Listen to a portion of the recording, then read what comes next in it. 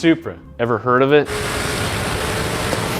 For 25 years now, it's been JZ this and JZ that. But what is so special about that 2JZ engine? First, a little background. Toyota makes a whole family of inline 6-cylinder engines called JZs. How Toyota names all their engines is actually really interesting. You should look that up sometime later. But we'll talk about what we need to know for the 2jzgte. Anyways, there are 3 2.5-liter inline 6 engines called 1jzs, and there are 3 3-liter variants called 2jzs. So there is the first reason why the 2jz is pretty popular. The larger displacement to 3 liters simply means more horsepower than a 2.5-liter engine. And who doesn't want more horsepower? I want more horsepower. But in the late 1980s and early 90s, bad car accidents were getting out of hand in Japan, and everyone there thought that speed was the major factor. So Japanese domestic market automakers made an informal promise to each other that they wouldn't sell any cars with more than 280 horsepower. It was called a gentleman's agreement, and it was ignored by everybody pretty quickly. Much the way Nolan repeatedly ignores his gentleman agreement to pay me back for monies owed. Hey Bart. What's up, Eddie? What about the RB? RB? Yeah, dude. I love Arby's.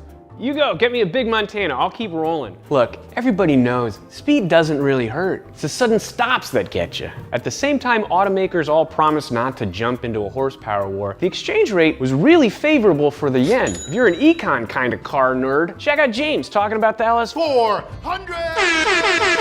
But in Japan's recession, it wasn't a big stretch for Toyota to spend a lot of money on an engine development and quality materials. So that's what Toyota did. And as a result, they ended up with some overbuilt engines that could easily make over 280 horsepower anyway. They were built so well, they could make double or nearly triple that without having to do significant engine work. The Toyota 2jzgte engine is the most notorious example of this. At its core, the 2jzgte is a twin-turbo, 3-liter inline 6-cylinder engine with an iron block and an aluminum head. So, 2JZ, 3-liter inline 6, G, performance wide-angle valve, dual overhead cam, T, turbocharged, E, electronic fuel injection. Those are all very good things to have if you want to make more horsepower. Both fuel injection systems and turbos are pretty easy to tune and upgrade. And since it's an inline 6, the primary and secondary forces that are generated by the movement of the pistons cancel out, making it a naturally smooth running and balanced engine. It also leaves extra space in the engine bay to get your hands dirtier to install bigger turbos. You want to know more about all that stuff I just said? Check out our episode on inline 6 versus V6s.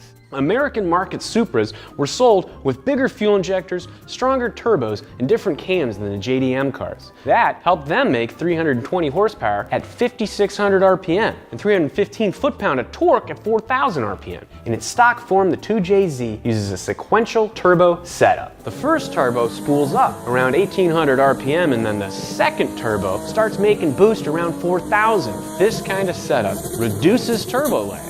But to make the biggest horsepower numbers, tuners swap the twin turbo setup for one big turbo. And that sacrifices the spool up time, but a bigger turbo can make more boost than 2 smaller ones. And that helps the engine make peak power. Making more power is pretty dang easy. You upgrade to a better flowing intake, better flowing exhaust, a big single turbo, bigger front mount intercooler to replace the stock side mount intercooler, higher flowing external wastegate, bigger fuel injectors, fuel lines, fuel pump, and an ECU tune. If you're gonna make huge power, you're gonna need a strong engine. A lot of times, if you wanna unlock the hidden potential of an engine, you gotta get in there, reinforce a bunch of stuff, swap out some cams, replace all your valves and gaskets, and time-consuming, dirty stuff. The fact that Toyota over-engineered the 2JZ is the main reason that it's so easy to bolt up a huge turbo and make 800 horsepower. The cast iron engine block is, well, cast iron, which is really heckin' strong material. The block also has a fully closed deck, and that means unlike some other inline engines, the area around the cylinders is completely filled in. except for some coolant passages, and that gives the block extra strength and really keeps it from cracking when it's running high boost levels. The engine's crankshaft is made out of ultra-strong forged steel, so it can easily deal with all those extra forces caused by making more power. The 7 main bearing caps that hold the crankshaft in place as it spins are also massively strong. You see where I'm going with this? Straight out of the Toyota factory, the 2jz can take a licking. Engines that are built using more modest components would have to be torn down to upgrade all the components that could fail under higher stress of more power. I mentioned earlier that the cylinder head is aluminum, which is lightweight and helps dissipate heat much more quickly. The pistons are also cast aluminum, and they have slightly dished tops. That gives the 2jzgte engine a lower compression ratio than the less popular 2jz cousins in the family. And while sometimes lower compression can mean lower performance, a benefit of lower compression from the factory is that it makes it easier to safely run more turbo boost. Another unique feature of the 2jzgte is that there's oil squirters in the lower halves of the cylinder. They spritz a bit of oil on the bottom of the piston to keep them more lubricated and reduce friction. There's over twice as many lubricating ports in the 2jz compared to some of its nearest competitors. At high engine speed, that helps keep the engine temperatures a bit cooler and helps keep the pistons lubricated so they don't break down. Jeez. Check out our video on engine oils to absorb more info on that. Man, that's gotta be it. That's so much stuff. No, wait, there's more. This engine's also got a high capacity oil pump and cooling system. Do you see where I'm going? The engine is made to withstand mind-boggling abuse.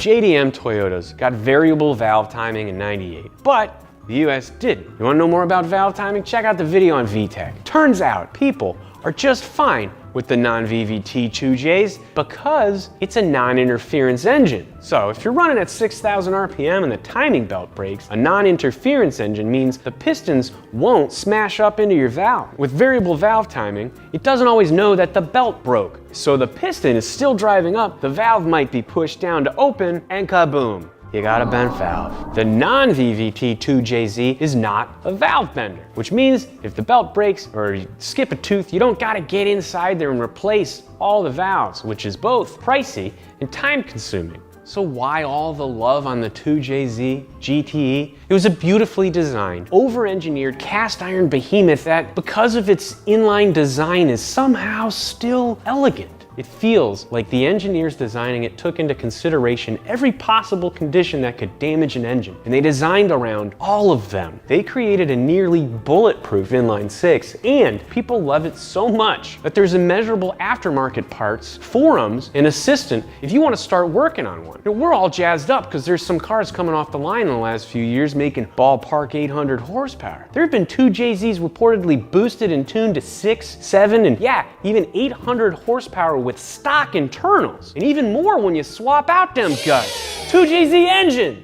Subscribe to Donut, guys. That's how we get to do such awesome stuff for you. It means a lot. We got new merchandise in our store. Go to shop.donut.media. Check out this video from James on the Supra. Follow us on Twitter and Instagram @DonutMedia, and follow me @BidsBardo. Don't tell my wife I 2jz swapped everything.